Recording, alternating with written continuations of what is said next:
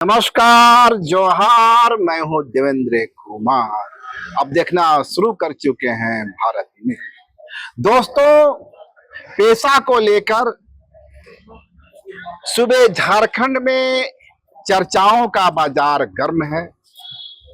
कई तरह के विचार सामने आ रहे हैं। एक दावा यह है कि सरकार जिस ड्राफ्ट को लेकर आगे बढ़ती हुई नजर आ रही है वो अपने आप में संपूर्ण है।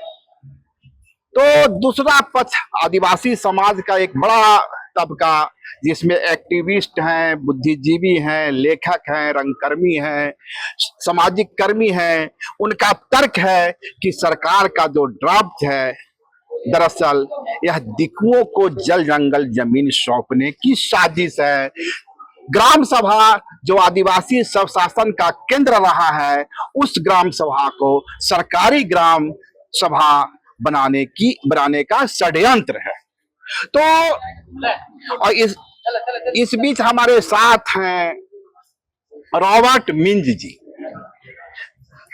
रॉबर्ट मिंज जी से पहले मैंने आपको कई बुद्धिजीवियों से रूबरू करवाया है, सामाजिक एक्टिविस्ट हैं, रंगकर्मी हैं, उनके पक्ष को सामने लाया है। लेकिन आज रॉबर्ट मिंज जी को सामने लाने का एक विशेष उद्देश्य है, और वह विशेष उद्देश्य यह है कि आज जिस पेशा एक्ट का विमर्श चल रहा है या पेशा एक्ट की चर्चा हो रही है, उसके पीछे एक शख्स रॉबर्ट मिंज है, जिनका खून पसीना और मेहनत आज रंग लाता हुआ दिख रहा है। मैं ऐसा क्यों कह रहा हूं कि पेशा एक्ट जिसकी चर्चा झारखंड में तेज हो रही है, जिस पर कई तरह के विमर्श सामने आ रहे हैं, उसमें रॉबर्ट मिंज की एक बड़ी भूमिका है। तो चलिए मैं आपको रॉबर्ट मिंज जी से रूबरू करवाता हूँ।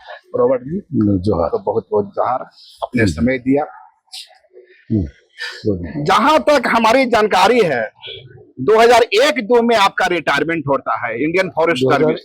2001 में, 1-2 इसलिए मैं बोला।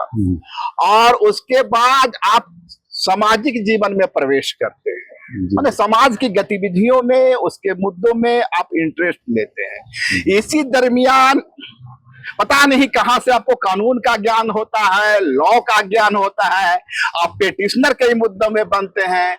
और सबसे बड़ी बात, रॉबर्ट मिंज जी ने आज तक जिन जिन मुद्दों को हाथ लगाया, कोर्ट में जिस जिस मुद्दे को लेकर गए, उसमें कभी हार नहीं। तो मैंने वैसे लॉ बोले, मैं लॉ छोटा नागपुर लॉ कॉलेज से पढ़ा। अच्छा अच्छा, ग्रेजुएशन के बाद। हाँ, वो तो प्रैक्टिस छूट गया था। नहीं, मैंने ज्वाइन ही नहीं किया लॉ। मैं वही कहा, मैंने कि बार। हाँ, मैं तो सीधा जैसे खत्म किया, तो नौकरी लगी तो मैं चला गया। हाँ, तो इसीलिए मैं कहा कि उसका प्रैक्टिस का कोई अनुभव नहीं था, लेकिन आपने मामला कोर्ट में ले भी गया और जीत भी हासिल की। तो पहले यही शुरुआत करते हैं कि पेशा एक्ट का मामला कोर्ट में कब ले गए थे? 2021 में। अच्छा। 2021 में। हाँ। Mister Kandulna petitioner number 1। हाँ, आप पेटिशनर नंबर 2 थे जी। तो इसमें फैसला कब आया? फैसला 2024 में आया। 29/7/2024। तो उसमें कोई टाइम बाउंड था कि इतना दिन के अंदर ही पेशा कानून का निर्माण करना है, कि नियमावली का निर्माण करना है?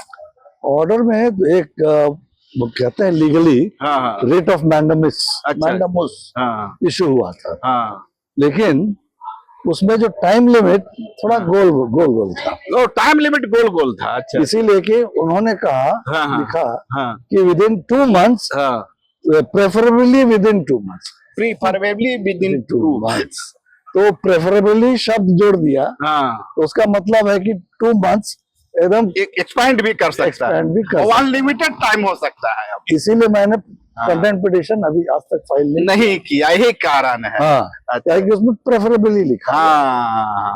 जो कि मिस्टर माल्टो भी एक अलग पिटीशन उन्होंने भी, उनका भी एक अलग पिटीशन, और उन्होंने भी अभी कंटेंट पिटीशन फाइल कर दिया है। क्योंकि उनको लीगल बैकग्राउंड का नहीं है। मैं तो, मेरे को तो समझ में आता है कि कोर्ट का एक एक शब्द का मीनिंग होता है। तो आप दोनों का जजमेंट तो एक ही साथ आया होगा। हाँ, एक ही साथ, क्या कि तीनों पिटिशन टैग हो गया था। तीन पिटिशन था। हाँ हाँ। एक में हमारा जो सबसे पहले था, हाँ। इनका तो बाद में फाइल हुआ था। अच्छा अच्छा। और इन्हीं के बाद में फाइल हुआ था मिस्टर मुर्मू, शायद है उनका, प्रेमचंद मुर्मू। नहीं, कोई मिस्टर मुर्मू है, उन्हीं के नाम से फाइल हुआ था। अच्छा अच्छा। तो 3 पिटिशन फाइल थे और तीनों को टैग किया था। हाँ। और जजमेंट कॉमन आया। तो अब जजमेंट कॉमन आया, तो जिस प्रीफेबली शब्द की बात आप कर रहे हैं, तो उनके लिए भी हो गया। उनके लिए भी हो गया। तो फिर कंटेम्प्ट ऑफ कोर्ट कितना स्टैंड करेगा, यह एक सवाल हो गया। पर फिर भी शायद छोड़े, अलग मामला है। मौजूदा जो बहस चल रहा है, जो सियासत गर्म है, इसी आप किस रूप में देखते हैं? सियासत गर्म है कि पहले तो लोग को पेशा 1996 का तो सब भूल ही गए थे। हाँ। सब भूल गए थे। हाँ। ये तो जब मैं 2017-2018 में थोड़ा डिटेल में स्टडी किया तो पाया कि पेशा 1996 कानून तो एकदम हाशिए पे चला गया। Nobody is talking about it. क्या कि उस वक्त झारखंड पंचायत राज एक्ट 2001 का निर्माण हो चुका था और लोग उसी को ही मान के इलेक्शन चल रहा है, सब चीज हो रहा था। तो मैंने उसको उठाया, लोगों को पहले समझाया कि जो हमारा मूल जो है कानून वो पेशा 1996 है और ये जेपीआर 2001 है, वो राज्य सरकार द्वारा पारित का किया हुआ कानून है और वो एक्चुअली गैर संवैधानिक है। क्या कि उसका पावर ही नहीं था। चूंकि पेशा 1996 24 दिसंबर 1996 में पारित हुआ और उसमें 1 वर्ष का टाइम दिया गया, जिसमें जो भी संशोधन जो भी करना है प्रपोजल्स आनी थी और यदि नहीं आएगी तो स्वतः वो लागू हो जाएगा। पर नियमावली का निर्माण तो राज्य सरकार को ही करना था। फिर 24 दिसंबर 1997 से वो लागू हो गया। हाँ। अब जो ये जो पेशा 1996 जो पारित किया गया वो पार्लियामेंट में द्वारा किया गया। उसको पावर मिला था अंडर द कॉन्स्टिट्यूशन 243(m)(1) में, तो प्रोहिबिशन था कि आप part 9 of the constitution relating to panchayat, क्योंकि पार्ट 9 में 2 भाग है, एक पार्ट 9 है, एक पार्ट 9A है। पार्ट 9 डील करता है विद पंचायत और पार्ट 9A डील करता है विद म्यूनिसिपैलिटीज। तो ये पंचायत का संबंध है। तो 243(m)(1) वो तो पहले प्रोहिबिट करता है कि ये शेड्यूल एरिया में लागू नहीं किया जाए। म्युनिसिपैलिटी चुनाव नहीं हो सकता ना, वो तो हम इसकी बात कर रहा हूँ, पंचायत की। पंचायत की। हाँ। अभी तो मैं पंचायत की बात, पार्ट 9 की बात है। तो उसमें है कि कोई कानून स्टेट पारित नहीं कर सकता। It can not be applied to schedule area, जो कि लिस्ट में है स्टेट का। Local self government, panchayat and municipality का कानून बनाने का अधिकार शेड्यूल में दिया हुआ है, कॉन्करेंट लिस्ट में। तो चूंकि जब संविधान से ही रोक लग गई तब वो स्टेट नहीं कर सकता है और only the parliament can do it. और पार्लियामेंट ने 1996 में पारित कर दिया और 1 साल के बाद वो लागू भी हो गया, क्योंकि 1 साल का टाइम जो दिया था खत्म हो गया। अब है कि राज्य सरकार ने फिर से एक कानून बनाया, तो झारखंड पंचायत राज एक्ट 2001, जो कि उसको पावर नहीं था, क्योंकि 243(m)(1) एंड 243(4) भी किसी में नहीं आ रहा था, तो सुसंगत नहीं था। तो एक तो पावर नहीं था और दूसरी बात कि उसमें जो प्रावधान डाले गए जेपीआर 2001 में, वो भी पेशा 1996 से सुसंगत नहीं थे। अच्छा। कि पेशा 1996 में राज्य सरकार को भी कुछ अधिकार दिए गए हैं असेंबली को, लेकिन उसको सीमा बांध दिया गया है कि आप ये कानून यहाँ तक बना सकते हैं, इसके आगे नहीं बना सकते। जैसे फॉर एग्जाम्पल सेक्शन 4 उसमें दिया गया है कि जितने 23 प्रावधान है उसके खिलाफ आप कोई भी कानून नहीं बना सकते। हाँ? और कौन कानून आप बना सकते हैं, मतलब कोई नियम जो भी हो आप कर सकते हैं, वो 4A से लेके 4O तक है। हाँ? और 4-5 में 5 भी है, लेकिन इसमें ये सब के लिए उनको अधिकृत वो नियम बना सकता है और उसके विरुद्ध में कोई कानून नहीं बना सकता। अरे ये तो बात हुई, ये जो मौजूदा सरकार का ड्राफ्ट है इसमें आपको क्या खामी नजर आ रही है? बहुत सारी खामियां हैं। मैं इसी खामियों की बात में तो सबसे पहले तो आप JPRA 01 का सेक्शन 1 क्लॉज 2 पढ़िए। उसमें कहता है कि पेसा 1996 म्यूनिसिपैलिटी और कैंटोनमेंट एरिया में लागू नहीं होगा। अब उसका पावर ही नहीं है। पेसा 1996 तो संसद ने पारित कर दिया और उसमें तो लिखा हुआ है कि it extends to the entire schedule area. उसमें तो किसी का कि ये नहीं होगा, वो नहीं होगा, ऐसा कोई है ही नहीं। तो आप उसको पेसा 1996 को रिस्ट्रिक्ट कैसे कर सकते हैं? ये बड़ा सवाल होगा। ये बड़ा सवाल पहली बात वो हुई। लेकिन आप उसमें म्यूनिसिपैलिटी के जहां है वो भी कह रहे हैं, जबकि आप म्यूनिसिपैलिटी तो वैसे भी part 9A of the constitution में है म्यूनिसिपैलिटी का प्रावधान, लेकिन उसको शेड्यूल एरिया में लागू नहीं किया जा सकता है अंडर आर्टिकल 243ZC। एक जो चीज हम जानना चाहेंगे कि क्योंकि आर्टिकल का बहुत ज्यादा यदि हम लोग रेफरेंस देते हैं तो हमारे दर्शकों को इससे कुछ खास तो संविधान का संविधान के पार्ट है, हम चाहते हैं सरल भाषा में बात। तो सरल में क्या, तो आर्टिकल ही कहा जाता है वो। संविधान में ही लिखा हुआ है। आर्टिकल ये अनुच्छेद 243ZC1 उसमें लिखता है कि जिस तरह पंचायत नहीं लागू कर सकते उसी तरह म्यूनिसिपैलिटी भी लागू नहीं कर सकते शेड्यूल एरिया। बट उसमें जस्ट लाइक पंचायत में 4B है, 243M 4B है, उसी तरह यहाँ 243ZC है। ZC क्लॉज 3 है, जिसमें राज्य संसद म्यूनिसिपैलिटी को अपवादों और संशोधनों के साथ शेड्यूल एरिया में लागू कर सकता। लेकिन आज तक उन्होंने कोई कानून पेशा जैसे मेसा नहीं बनाया। Municipal extension to schedule area बनी नहीं है। That means there is no enabling act कि आप कोई बना ले। इसका मतलब यह हुआ कि झारखंड में जो नगर तो जब तक संसद नहीं बनाएगी कानून नहीं बन सकता है। इसका मतलब जो चुनाव हुए हैं नगर निगम के पहले तो नगर निगम यहाँ हो ही नहीं सकते हैं, तो वो असंवैधानिक है। असंवैधानिक। एक और तो दूसरे इशू की बात कर रहे थे, वह क्या था? किस विषय? जो सरकार के ड्राफ्ट में एक तो ये हो गया सेकंड। अब इसी का ही एक्चुअली सेक्शन 32 JPRA 01 का धारा 32 है। वो भी वही कहता है कि जो ब्लॉक लेवल में यदि कोई म्यूनिसिपैलिटी है तो उसमें भी पैसा नहीं लागू होगा। अच्छा। फिर सेक्शन 47 है ये सरकार के ड्राफ्ट में जो है। हाँ, सरकार का ड्राफ्ट में है। सरकार का जो एक्ट है JPRA 2001 की बात। अच्छा। उसमें प्रोविजन है सेक्शन 32। वो कहता है कि जो ब्लॉक एरिया जहाँ पर ये म्यूनिसिपैलिटी होगा वहाँ पैसा लागू नहीं होगा, तो वो भी नहीं कर सकता है। एक तो म्यूनिसिपैलिटी नहीं कर सकते हैं और पैसा को आप रिस्ट्रिक्ट नहीं कर सकते। दोनों में गैर कानूनी हो गया। सेक्शन 47 में डिस्ट्रिक्ट लेवल की बात करता है कि वहां भी म्यूनिसिपैलिटी होगा तो वहां पर भी नहीं लागू होगा। नहीं समझे? जहाँ म्यूनिसिपैलिटी है।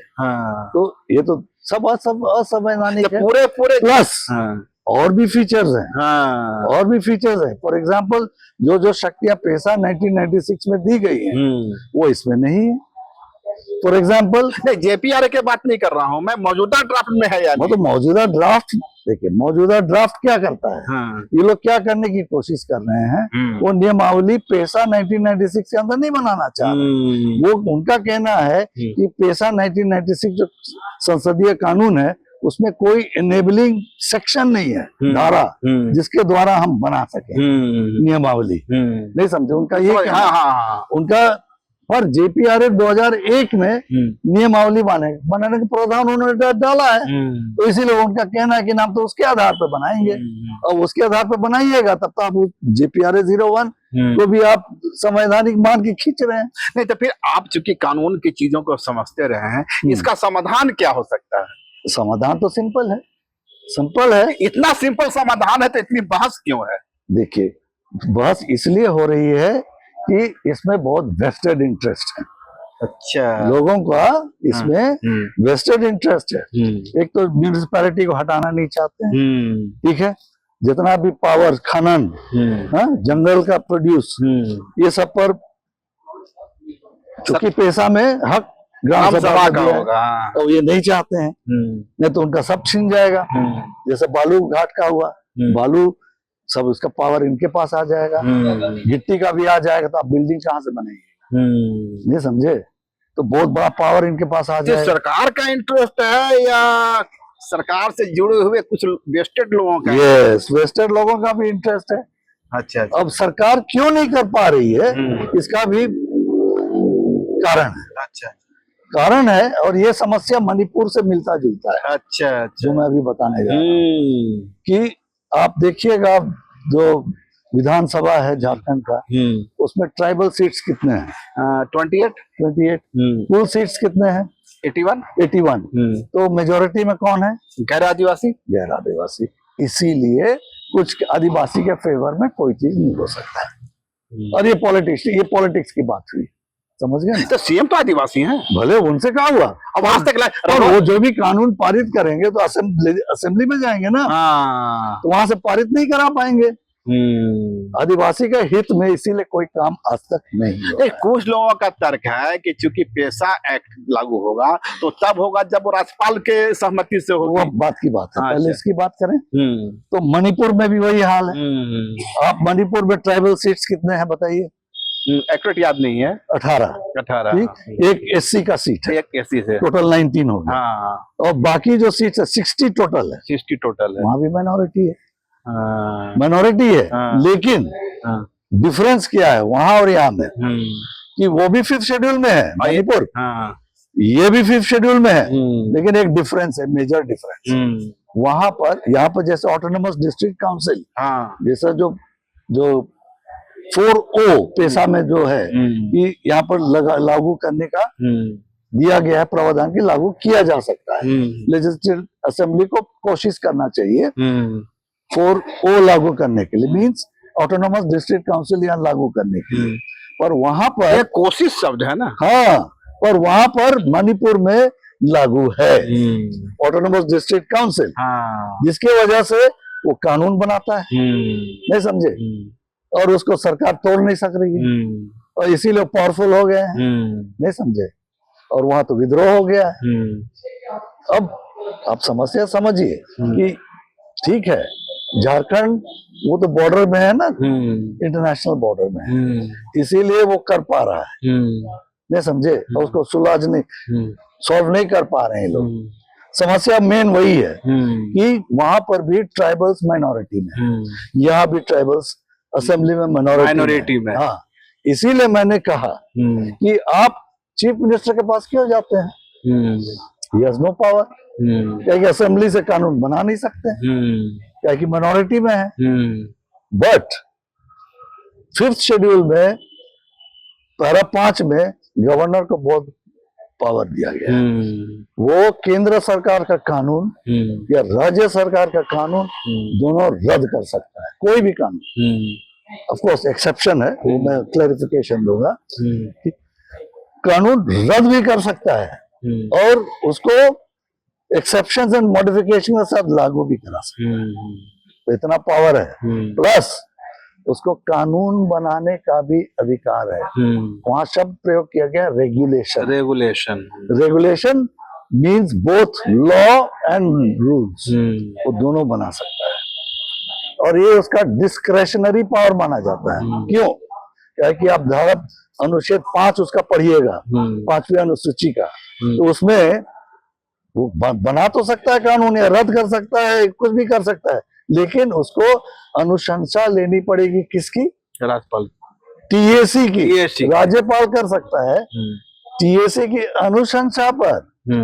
उसमें कहीं पर भी चीफ मिनिस्टर या काउंसिल ऑफ मिनिस्टर का नाम नहीं है, जो नॉर्मली होता है। क्या कि असेंबली में जो कोई कानून पारित होता है या कुछ भी डिसीजन लिया जाता है काउंसिल ऑफ मिनिस्टर द्वारा, तो गवर्नर होता है, ही इज बाउंड उनका एडवाइस पे करने के लिए, वहां पर उनका एडवाइस ले सकते हैं।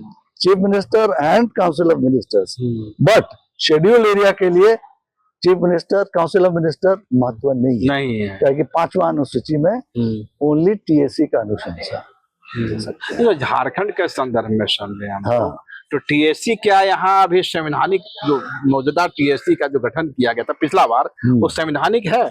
देखिए समस्या क्या है कि 5वीं अनुसूची में अधिकार दिया गया governor to make the rules.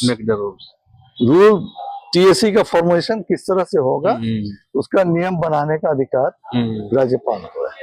फिर भी एक खाका बनाया हुआ है उसमें कि 20 सीट एमएलए के होंगे, बाकी और 4 सीट अदर्स के होंगे, इस तरह करके। लेकिन उसमें कहीं भी लिखा नहीं है कि chairman will be a chief minister. और 5वीं अनुसूची में तो चेयरमैन का सलाह लेने, सॉरी चीफ मिनिस्टर का और काउंसिल मिनिस्टर का सलाह लेने का तो प्रावधान ही नहीं है।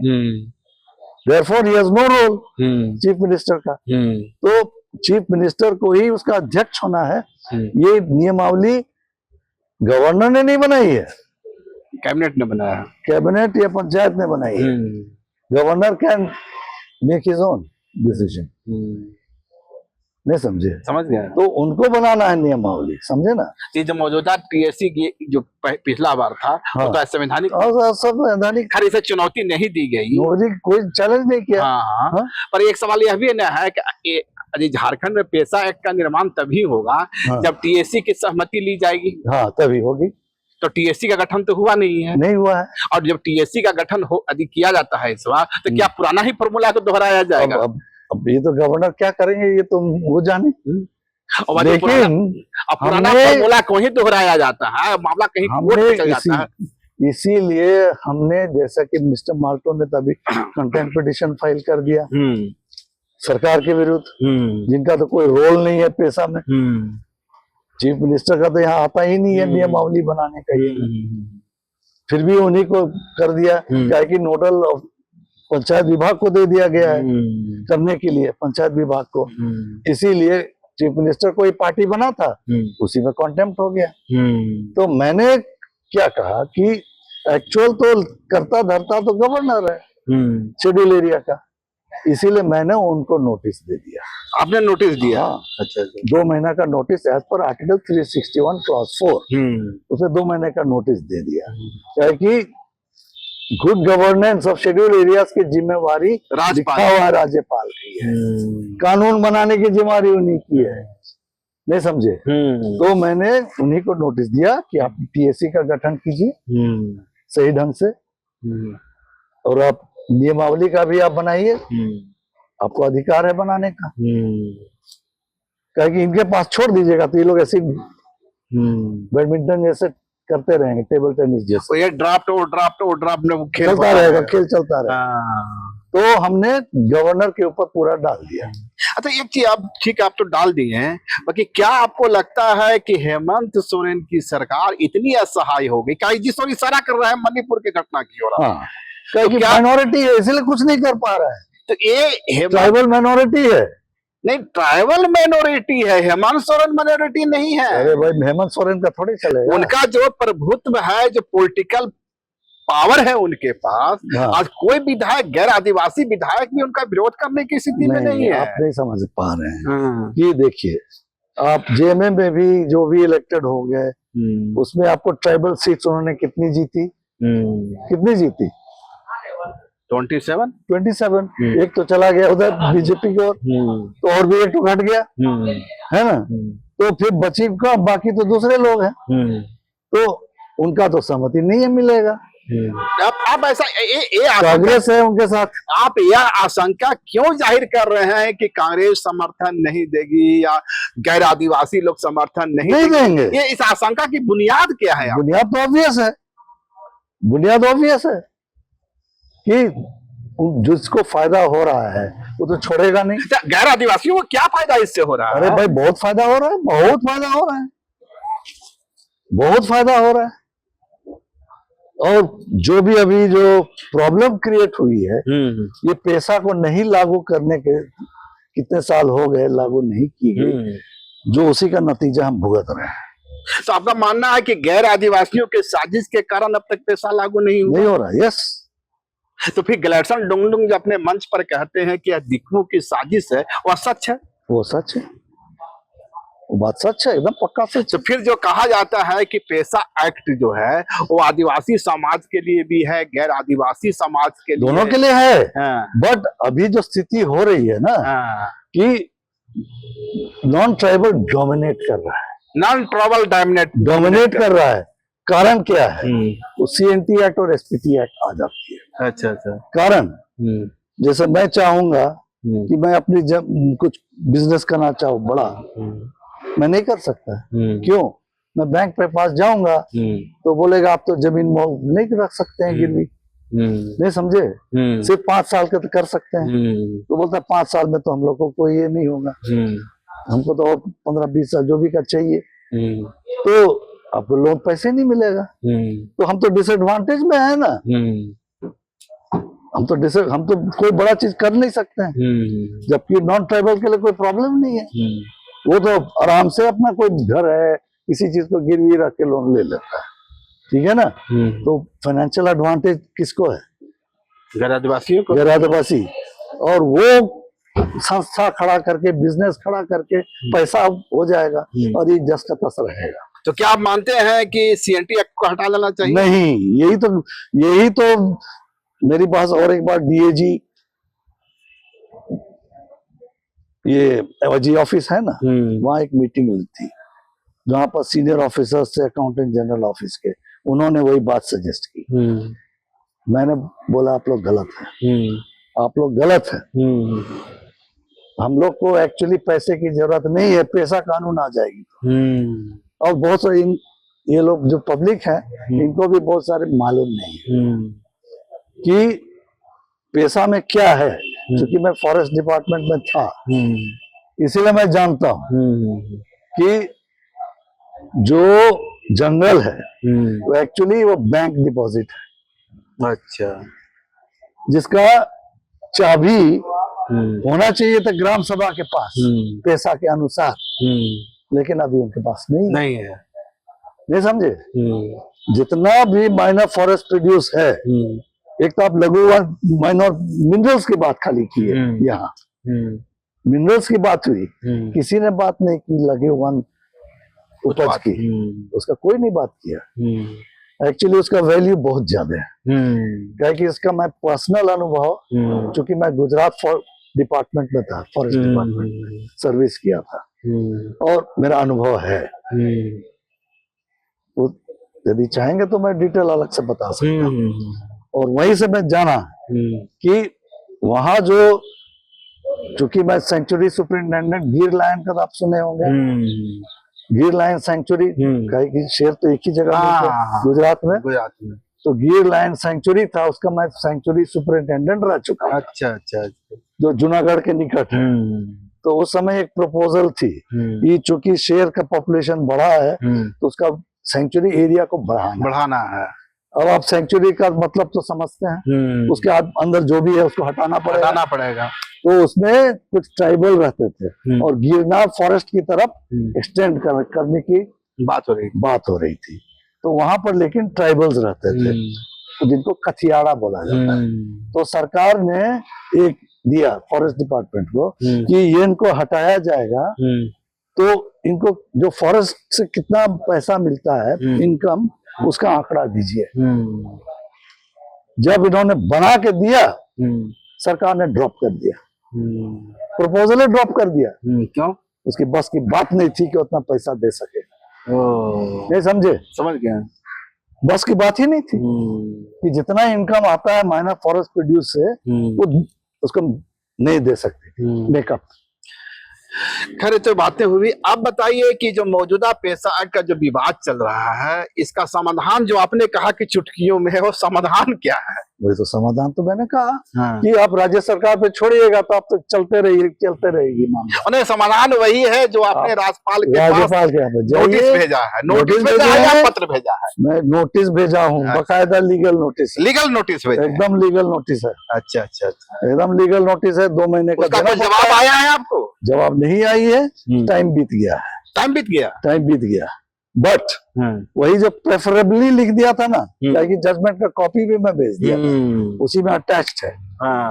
कॉपी ऑफ द जजमेंट भी अटैच्ड है, साथ में मैंने जो हमने नियमावली बनाया है उसको भी हाँ, एक बात जो छूट गई, दर्शकों को बात जानी चाहिए कि रॉबर्ट मिंज ने इन्हें एक ड्राफ्ट तैयार किया। ना, हम लोग दोनों ने मिलकर, जो भी आपकी टीम ने अब तक जो पेशा एक्ट को लेकर तमाम तरह के आरोप प्रत्यारोप चल रहे हैं, कई बार 2-3 ग्रुपों के बीच में वाक युद्ध भी होता नजर आ रहा है, और किसी भी ग्रुप ने अपनी ओर से एक खांचा खींचकर या ड्राफ्ट तैयार कर सरकार को नहीं सौंपा है या राज्यपाल को नहीं सौंपा है। मैंने हाई कोर्ट को सौंपा।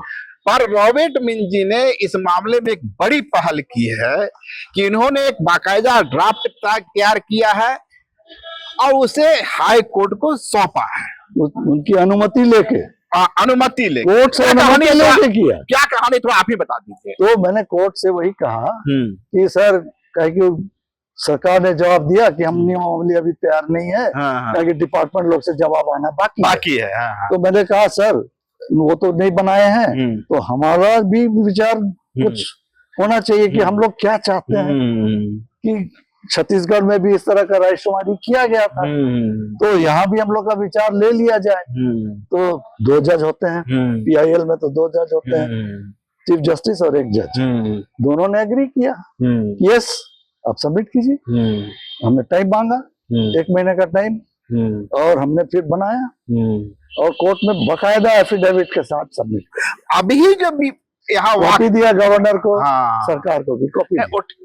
अभी जो यहाँ एक वाकयुद्ध हो रहा है और संघर्ष होता नजर आ रहा है आदिवासी समाज के कई ग्रुपों के बीच में, इनके जो मूल मुद्दे हैं या इनके जो मूल मांग है, मेन डिमांड है, क्या उस ड्राफ्ट में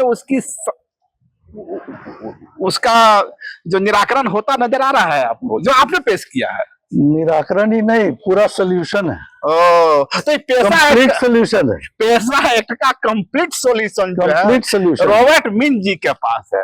उसमें क्या है कि 103 पेज का है। अच्छा। जिसमें करीब 23 चैप्टर है और 5 या 6 शेड्यूल है।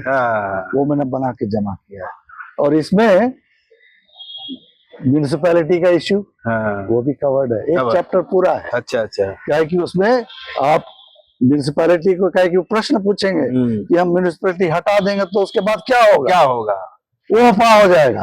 तो पूरा चैप्टर में मैंने पूरा डिटेल में डाला है। आपने सिर्फ समस्या नहीं बताई है, सोल्यूशन भी दिया, समाधान के साथ दिया कि इस यदि डिसॉल्व करेंगे तो उनके जो एसेट्स है, पैरेलल क्या, जो भी एसेट्स है, उनके पास पैसा होगा, बिल्डिंग है, उसका कैसे उसका होगा एडजस्टमेंट। ये जो रॉबर्ट मिंज बात कर रहे हैं, एक कर रहे हैं नगर निगम और नगर निकाय चुनाव। तो अब उसके बाद नगर चुनाव ही खत्म हो जाएगा, क्योंकि वो ग्राम सभा में विलय हो जाएगा। यही मैं अपने दर्शकों को समझाना चाहता हूँ। और जो स्टाफ है उसको भी किस तरह से एडजस्ट किया जाएगा, उसका भी सोल्यूशन दिया। यह भी एक बड़ी बात है। बड़ी बात यह है कि इन्होंने जो ड्राफ्ट तैयार किया है, तो नगर निकाय जो कि अनुसूचित एरिया में, 5वीं अनुसूची के एरिया में नगर निगम का चुनाव नहीं हो सकता है, या स्थापित ही नहीं हो सकती है, अभी भी नहीं हो सकती। असंवैधानिक है। और चूंकि मेसा कानून का निर्माण नहीं हुआ है, तो अपने ड्राफ्ट में इन्होंने इसकी चर्चा की है कि इस नगर निकाय चुनाव जो संस्था है, इसको किया जाए, जो डिजोल्व किया जाए, और उसके पैरेलल जो व्यवस्था होगा, आखिर उसकी संपत्तियों परिसंपत्तियों का क्या होगा, लेनदारी का क्या होगा, देनदारी का, सब चीज का। कहने का मतलब कि एक डिटेलिंग उसमें डिटेल करके दिया हुआ है। अब देखना है कि उसके आगे क्या होता है, हाईकोर्ट उस पर क्या एक्शन लेती है। TSC की बात की, ठीक है ना, TSC का भी एक चैप्टर है, उसमें पूरा नियमावली बनाया हुआ है, पूरा नियमावली। अब एक बार वो साइन करेगी गवर्नर, तो गवर्नर का ही हो जाएगा नियमावली है। TSC भी पूरा सिस्टम को कंट्रोल करने पावर्स क्या क्या होंगे उनको, सारा चीज का दिया गया है, कैसे चुनाव कैसे होगा, सिलेक्शन कौन कौन होंगे, किस तरह से होगा, पूरा डिटेल है। तो यह थे हमारे साथ रॉबर्ट मिंज जी, जैसा कि मैंने आपको बताया फॉरेस्ट सर्विस से रिटायर किए और उसके बाद समाज सेवा के क्षेत्र से जुड़े, सामाजिक मुद्दों को लेकर कोर्ट जाते रहे। कभी अगले वीडियो में बताऊंगा किन किन मुद्दों पर ये कोर्ट गए, पर मौजूदा हालात यह है कि इन्होंने सरकार के जिस ड्राफ्ट का विरोध हो रहा है उसके पैरेलल एक ड्राफ्ट तैयार करके राज्यपाल को हाई कोर्ट को जमा किए, कॉपी गवर्नर को भी दिए। इसके साथ ही ट्राइबल एडवाइजरी काउंसिल का नया विकल्प क्या हो, उसका स्वरूप क्या हो, इसको लेकर भी एक चैप्टर डेडिकेटेड है राज्यपाल को। राज्यपाल के नियम पूरा उसी में नियम होगा, रूल्स। तो देखते हैं आने वाले दिनों में राज्यपाल की ओर से क्या जवाब आता है। हूबहू इनके प्रारूप को स्वीकार कर लिया जाता है। दूसरी बात यहाँ चल रही थी फाइनेंशियल पावर की। लोग बात कर रहे थे कि ऑटोनोमस डिस्ट्रिक्ट काउंसिल होगी तो फाइनेंशियल पावर, पूरा 3 चैप्टर इसमें डिवोटेड है उसके लिए। तो देखते हैं हाई कोर्ट की ओर से, राज्यपाल की ओर से इस मुद्दे पर क्या जवाब आता है।